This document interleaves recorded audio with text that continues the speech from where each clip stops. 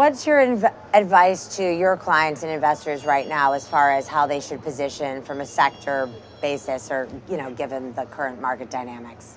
Yeah, so from a broader asset allocation perspective, Schwab has $9 trillion of client assets. So we don't tend to suggest a lot of movement around in terms of your strategic asset allocation and exposure to equities. That's going to depend on where you sit on the risk spectrum, what your time horizon is, need for income, et cetera, et cetera. But within the equity portion of the portfolio, we think you want to take a combination of both a sector approach, but also a factor approach. Factor is just another word, of course, for characteristics. So we have outperform ratings as of this moment on financials, energy, and materials, and we have underperform ratings on REITs and consumer discretionary. Now, that can change, but that's where the current ratings are, which leaves the remaining sectors at, call it neutral or market perform. But we also think, particularly for stock pickers out there, that you don't want to just monolithically, buy the energy sector or buy materials or buy financials. You want to do additional factor-based screening, and the factors we've been emphasizing kind of have a quality and almost GARP wrapper around them. So you want to look for quality type companies. You want to look for strong balance sheet, relatively low leverage ratios, high interest coverage.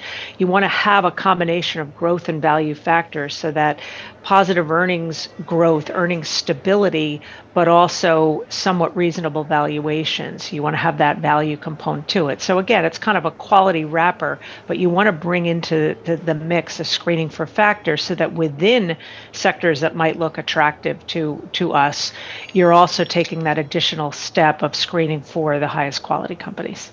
And when I know tech, it sounds like is in one of your neutral areas, but AI is something that people are looking to get exposure to. Do you look at those the same, and all the attention on NVIDIA's movements, not your opinion on NVIDIA in particular, but just how that plays into the importance of the overall market? There's still a lot of attention on AI, but things like mentions on conference calls has actually waned relative to what the recent peak was in the fourth quarter. And I do think the attention is not shifting, but it's morphing into just as much a consideration of the AI adopters, of the users across a spectrum of sectors and industries and types of companies, where the questions are more about how are you adopting AI? How are you using AI, as opposed to last year, which was almost solely about the kind of creators or infrastructure associated with AIs.